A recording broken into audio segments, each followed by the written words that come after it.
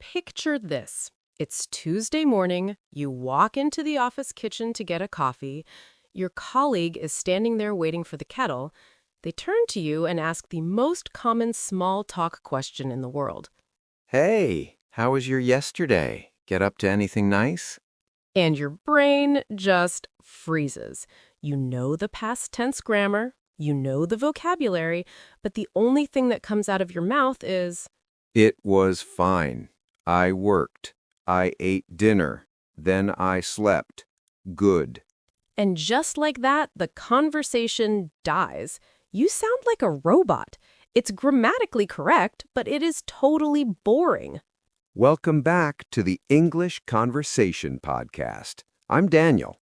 And I'm Sarah. Today, we are going to fix that robot voice. We aren't just reviewing past tense grammar rules today. No, we are going to teach you how to take a boring list of events and turn it into an actual, natural story that people want to listen to. Before we hop in our time machine back to yesterday, if you want to stop sounding robotic in English, please take 1 second to hit the like button and subscribe. It really helps us help you speak better English. Okay, let's start with the absolute foundation of natural storytelling, setting the scene with grammar. Okay, Sarah, if we want to stop sounding like a robot, where do we start? We have to start with the absolute foundation of storytelling grammar. To tell a good story in English, you need 2 specific past tenses working together like a team. You need the past simple and the past continuous. Exactly. And the mistake students make is that they only use the past simple. That's why it sounds like a robot list. I woke up, I ate, I worked. It's very choppy. So let's break down the role of each player on this team. Sarah, what is the job of the past simple? The past simple is for the main events, the completed actions. Boom, boom, boom. For example, yesterday I woke up late. I missed my usual train. I arrived at work stressed. Those are the facts. Right. Now, Daniel, what is the job of the past continuous? That's the one with was or were plus the ing verb. The past continuous is for setting the scene. It's for the background information. It adds color and context.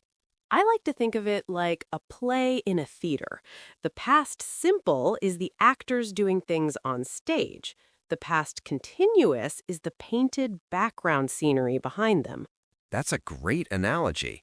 It tells us what was happening around the main event. Let's hear the difference. Daniel, give me a boring, robotic, past simple example of your yesterday morning. Okay, robot mode activated. I walked to the train station. It started raining. I got wet.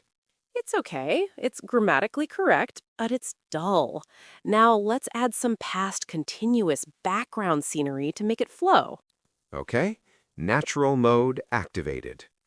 So, yesterday morning, I was walking to the train station, just listening to a podcast and drinking my coffee, when suddenly it started raining heavily and I got soaked. See? Much better. I was walking, listening, drinking. That sets a relaxed scene. Then the main event, it started raining, interrupts that scene. It creates a story. Let's try another one.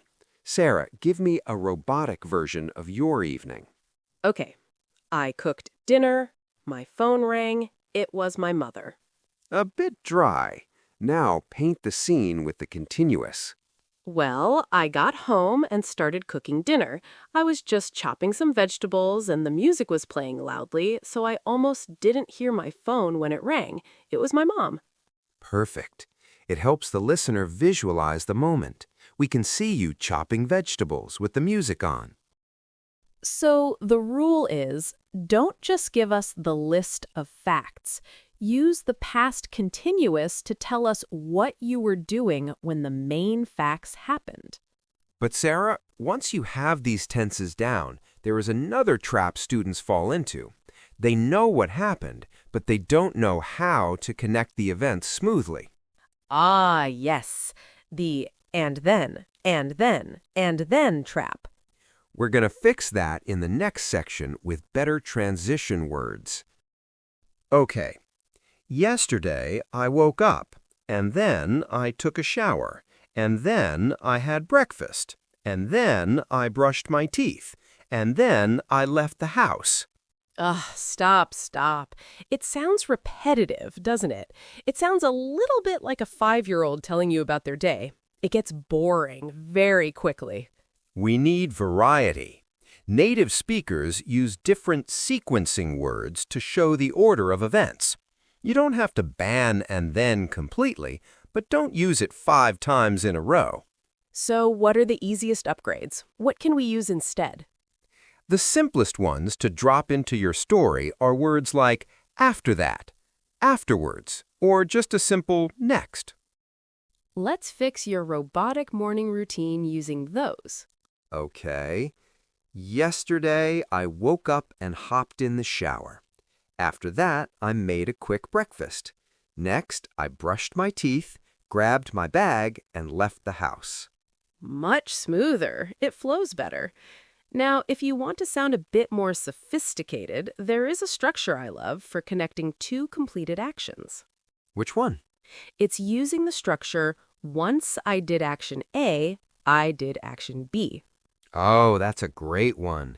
It shows that the first action was completely finished before the second one started. Right. Instead of saying, I finished my big report and then I went for lunch, you could say, Once I finally finished that big report, I went out for a long lunch break. It emphasizes the relief of finishing the first thing. exactly. Once I dropped the kids off at school, I finally had a quiet coffee. Okay, so those are for sequencing order. But sometimes you want to add a little drama or emphasis about time itself. Yes, sometimes you want to show that you were late for something or that you were rushing. The best phrase for that is by the time. This means that something happened before a specific deadline or moment. Imagine you were running late for a meeting yesterday. You wouldn't just say, I arrived late, the meeting started. No, that's boring. You'd say, I got stuck in terrible traffic. By the time I arrived at the office, the meeting had already finished. It emphasizes how late you were. Or if you were cooking dinner yesterday and you burnt it. I was distracted on the phone. By the time I remembered the pizza in the oven, it was completely black. We've all been there. Okay, one final time marker. What if your day just went incredibly fast? Oh, the best phrase for that is, before I knew it. I use this all the time. It means you lost track of time because you were busy or having fun. I sat down to check my emails for 5 minutes at 9 a.m., and honestly, before I knew it, it was lunchtime. Or, we started watching that new series on Netflix last night. It was so addictive that before we knew it, it was 2 a.m. So by using these transitions, after that, once I finished, by the time, your story starts to have a natural rhythm. But Sarah, even with good grammar and good transitions, if you answer the question, how was your day, with the word fine, you have still failed. That is the ultimate conversation killer. Or the other classic one, busy. How was your day? Oh, busy. It's boring. It gives the other person absolutely nothing to ask follow-up questions about. We need to add flavor to our vocabulary. Let's upgrade busy first. If your day was stressful, fast-paced, and chaotic, don't say it was busy, say it was hectic. Oh, that's a great word. Hectic sounds stressful. It does. Yesterday was absolutely hectic. The phones were ringing nonstop. We had 3 urgent deadlines, and the printer broke. It was crazy. See, if you tell me your day was hectic, I want to ask, oh no, what happened? If you say it was busy, I just say, oh, okay. Now, Daniel, we have a fantastic idiom for when you are so busy that you are disorganized, rushing from one task to another without thinking. This is a very visual one. We say, I was running around like a headless chicken. It's a horrible image, but it's perfect. It means panic mode. I forgot I had friends coming over for dinner, so yesterday afternoon I was running around like a headless chicken, trying to clean the house and cook at the same time. But sometimes a bad day isn't fast and hectic. Sometimes it's bad because it is slow and boring. Oh, those are the worst. For that, we use the phrasal verb to drag on. To drag means to pull something heavy along the ground. So when a day drags on, it feels heavy and slow. I had a 4-hour meeting yesterday afternoon. Honestly, it just dragged on forever. I thought it would never end. Okay, enough negativity. What about the good days? Let's upgrade a good busy day. You worked hard, but you feel good about it. The word for that is productive. Yesterday was actually really great. It was very productive. I finally finished that big report and cleared out my inbox. And what about the best kind of days? The quiet ones where nothing special happened, but it was nice and relaxing. We have some great informal adjectives for this. My favorites are low-key and chill. These are super common in spoken English. Chill just means relaxed. Did you do anything special yesterday? Nah, not really. It was a pretty chill day. Just read a book and went for a walk. And low-key means quiet, not intensely social or energetic. We had a low-key dinner with a couple of friends. Just ordered pizza and chatted. It was nice. Now, Daniel, speaking of relaxing, we have to issue a serious cultural warning here about a very famous modern idiom. Oh boy, yes we do. The phrase Netflix and chill. Students see this and think, oh, perfect. I watched Netflix and I relaxed. I Netflix and chilled. Do not use this phrase with your boss on Monday morning. No. In modern slang, if you invite someone over to Netflix and chill, it usually implies a romantic hookup. It rarely involves actually watching the movie. Exactly. It is code. So if you really did just watch TV alone, just say, I relaxed and watched Netflix. Keep it simple and avoid embarrassing moments. Good advice. So, throw away fine and busy. Use hectic, productive, or low-key instead. Okay, Sarah, we have built a solid foundation. We have past simple for events, past continuous for the background, smooth transitions, and great adjectives. If this were a cake, we have baked a delicious cake. But now we need the frosting. We need that little advanced sprinkle on top that makes native speakers think, wow, their English is polished. We are talking about the dreaded past perfect. It sounds scary, but it's actually very simple. The structure is just the word had plus the past participle verb, like had eaten, had seen, or had gone. But Sarah, students often ask me, why do I need this? I already have the simple past. Why make it complicated? That is a great question. You need the past perfect when you want to explain the reason for something that happened yesterday by looking even further back in time. It's the past before the past. Exactly. Daniel, give me an example of something bad that happened to you yesterday using just normal past simple grammar. Okay. I was incredibly grumpy yesterday afternoon because I didn't sleep well the night before. Now, that sentence is grammatically correct. It works, but it sounds a little bit clunky. It doesn't flow perfectly. So, how do I smooth it out with the past perfect sprinkle? You use past perfect for the action that happened first, the sleeping. I was incredibly grumpy yesterday afternoon because I hadn't slept well the night before. Ah, I hear it. It's subtle, but it connects the cause and effect much more smoothly. The not sleeping caused the grumpiness. Let's try another one. Imagine you went to a dinner party last night, but you arrived absolutely starving. Okay, without the sprinkle. I arrived at the party starving because I missed lunch. With the sprinkle, by the time I arrived at the party, I was starving because I had missed lunch. It really does sound more professional. It emphasizes that the missing lunch part was completely finished before you arrived at the party. One more scenario. You got to the train station yesterday, but you couldn't get on the train. I was so frustrated yesterday. I got to the station, but I realized I had left my wallet at home. Perfect.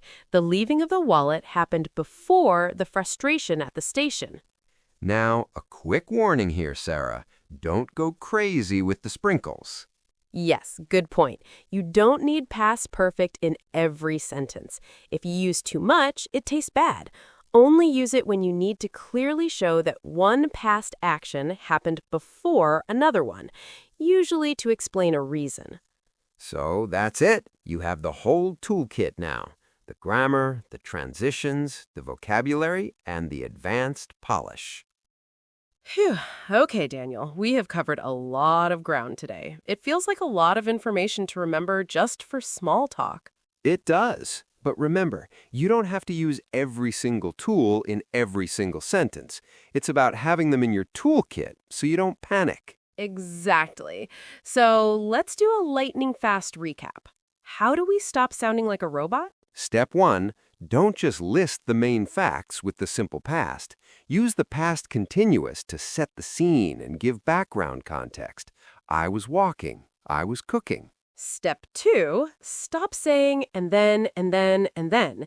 Use smoother transitions like after that, next, or once I finished. Step 3, ban the boring words fine and busy. Upgrade your vocabulary to words like hectic for stressful days or low-key and chill for relaxing ones. And finally, add that little sprinkle of past perfect, the had done structure, when you need to explain the reason something happened by looking further back in time. Now, listening to a podcast is great, but the only way to actually get better at this is to practice. Yes, we want to see you using these tools right now. It is time for our question of the day. Today, it's a challenge. Down in the comments section, we want you to tell us about your yesterday in just 2 or 3 sentences. But there are rules to this challenge. You are officially banned from using the words good, fine, or busy. You cannot use them. You have to use one of our new flavor words. Was your day hectic? Did it drag on? Was it productive or low-key? Give us a little story. Set the scene. We will be down in the comments reading them and giving you feedback. And finally, guys, if this video helped you feel a little less robotic and a little more human when speaking English, please take 1 second to hit that like button and subscribe to the channel. It really helps us keep making these free lessons for you. Good luck with the comment challenge. Thanks for listening to the English Conversation Podcast. See you next time.